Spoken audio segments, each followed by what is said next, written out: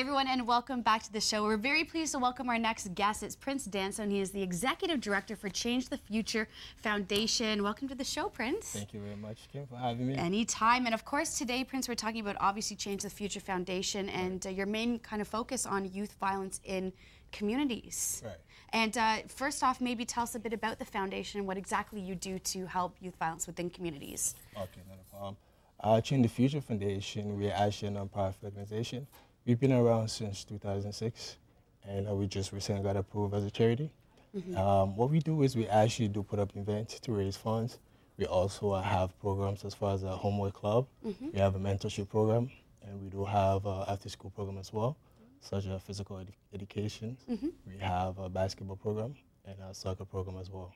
Wonderful. So on March 28th, we actually put up an event entitled Youth Against Violence. Okay. And we're going to be addressing the issues in our communities as far as the youth and violence and whatnot. And what kind of event is this going to be? It's a basketball event, through and through basketball, and Okay. spoken word educational. Okay. Yeah. So people can register teams and join the basketball tournament? Well, yeah, the youth that are actually going to be involved is the age of 14 to 20. Okay. And it's a through and through basketball team, and the winner actually do receive $100 in cash for their own personal expenses.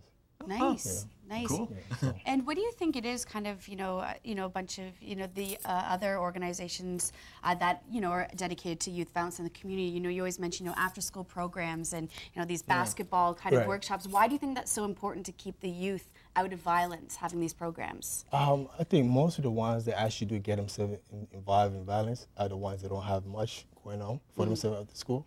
So getting them involved in a basketball program, which actually do help them up.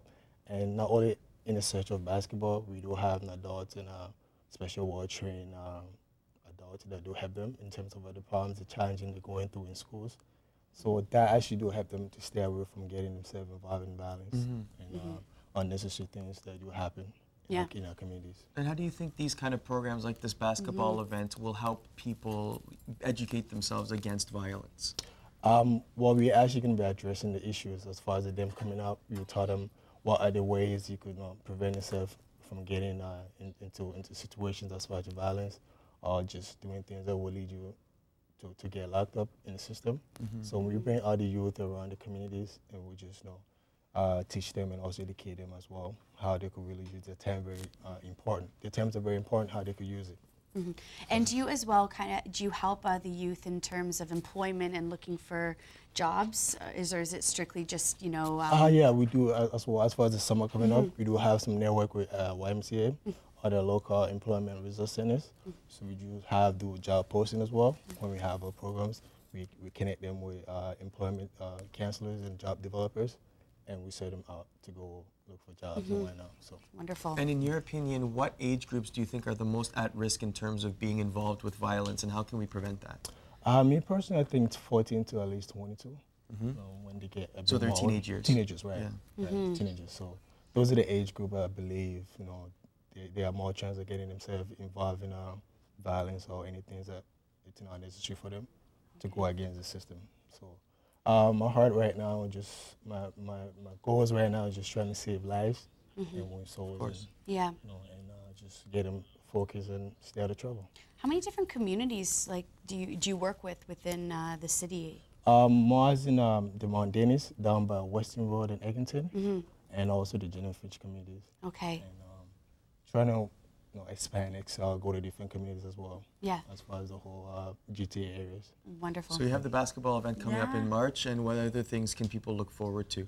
We also have a basketball team that we're putting together that we'll be able to travel to go around the GTA areas. That's a good We idea. also have an event coming up in July. It's a concert, it's a gospel concert to raise money as well. And we do have other things coming up as far as we're trying to go to Ghana in November, and we might go to Uganda as well.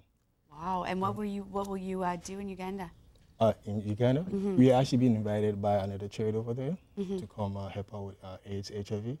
Oh my gosh. Oh, wow. So do some great and efforts. even from a year ago, you were a non-registered charity to now being a registered charity. You guys are really taking off and doing some great things. I mean, Thank you so much for doing that for our communities, and we want to thank you so much for coming here Thank on you very much, Daytime Kim, today, for having me. Prince. Thank you very much. And It's for my more pleasure. information, people can go to www.ctffoundation.com to Right. sign up for the basketball tournament. Right. We have the registration, and of course we do donation as well online, and just to create awareness. All right, Thank you. perfect. Thank Well, you very you're much. certainly doing that. Yeah. So we want to thank Prince for coming into studio. www.ctffoundation.com, and you can sign up for their amazing 3-on-3 basketball tournament. We'll be back after this with the University of Mississauga, the biotechnological program right here on Daytime.